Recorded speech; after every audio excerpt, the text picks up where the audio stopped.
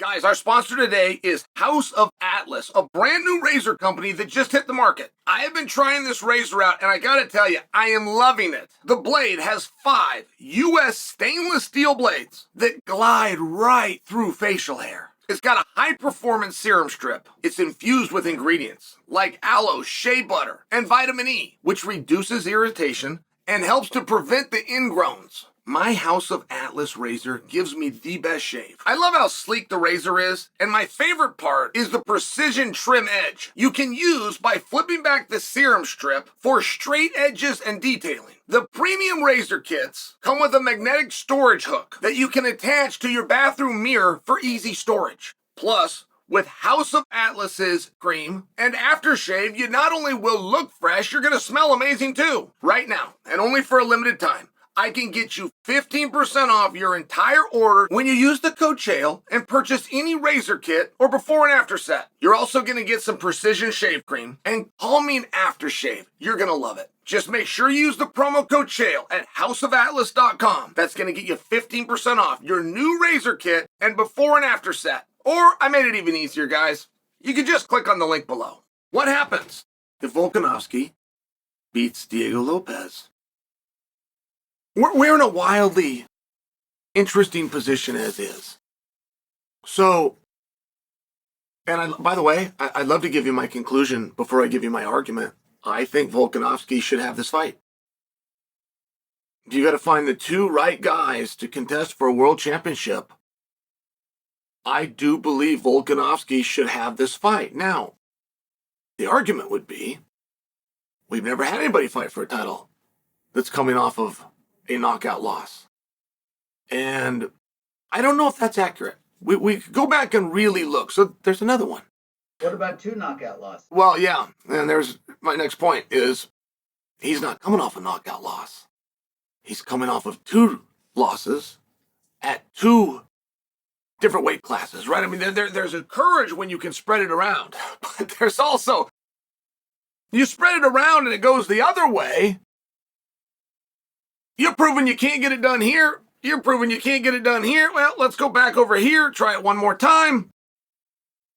So, again, I don't question that he should be given this opportunity. I'm just speaking to what if he loses? What happens then? Where do you go? It's a argument that has to be made to get him this spot as is. There's an argument. And when you sit down and you look at the body of work and you look at everything you did, you look at what his ranking is, you remove the guys in front of him, you see that that argument is a winnable argument. But it changes drastically, doesn't it? I mean, if we're giving him a pass because Islam's a world champion, if we're giving him a pass because Ilya is a world champion, these are the only guys that are beating him, then we could give him the exact same pass if Lopes beat him, right? Your argument doesn't change. It spreads around a little bit more, but your argument of what he's ranked and that nobody should be able to pass him and that he's only losing world title fights, your very argument doesn't change at all. So I guess if Volk lost to Lopes, we'd put Volk back in there? No, guys, we'd have a conversation about his retirement. That's the truth. There is not a time in history where an older fighter loses, is then given the same opportunity against a younger fighter but wins. And generally that stat is reserved specifically for rematches. If a younger fighter beats an older fighter and they rematch, the younger fighter will win again, only quicker. If it took him 11 rounds that title, he'll get it done in under 11 this time. If he knocked him out in 7, he'll knock him out again, but he'll do it prior to 7. Both of those things are true. Not just that the younger fighter will win. Now it gets really hard. The younger fighter will win again, only easier. So when you're checking the stat, I mean, I've really stacked the deck against myself with that one.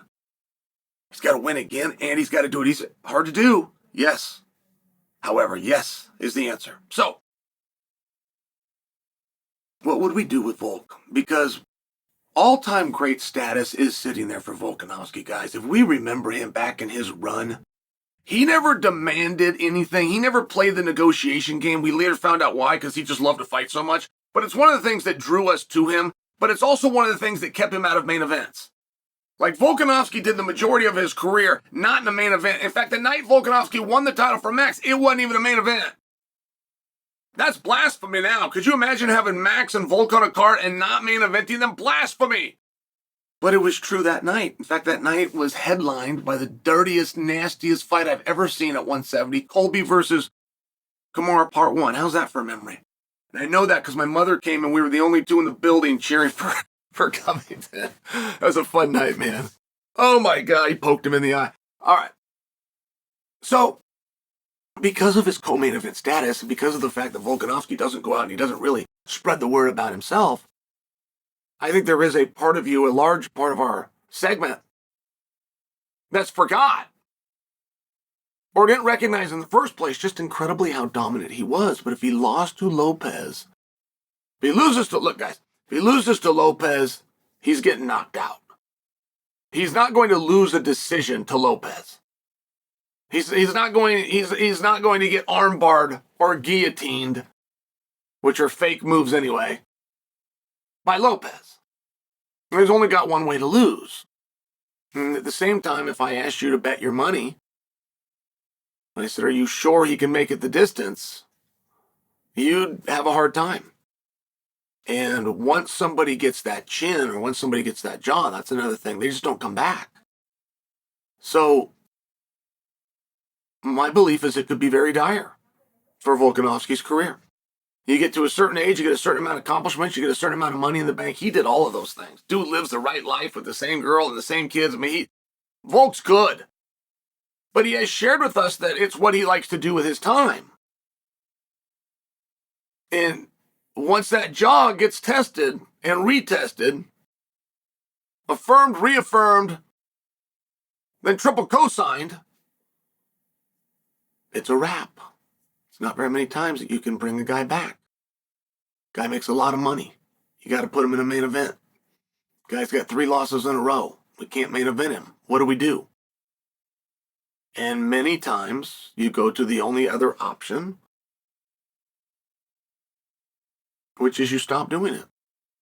I don't wish that for Volk. I just want you to understand the stakes.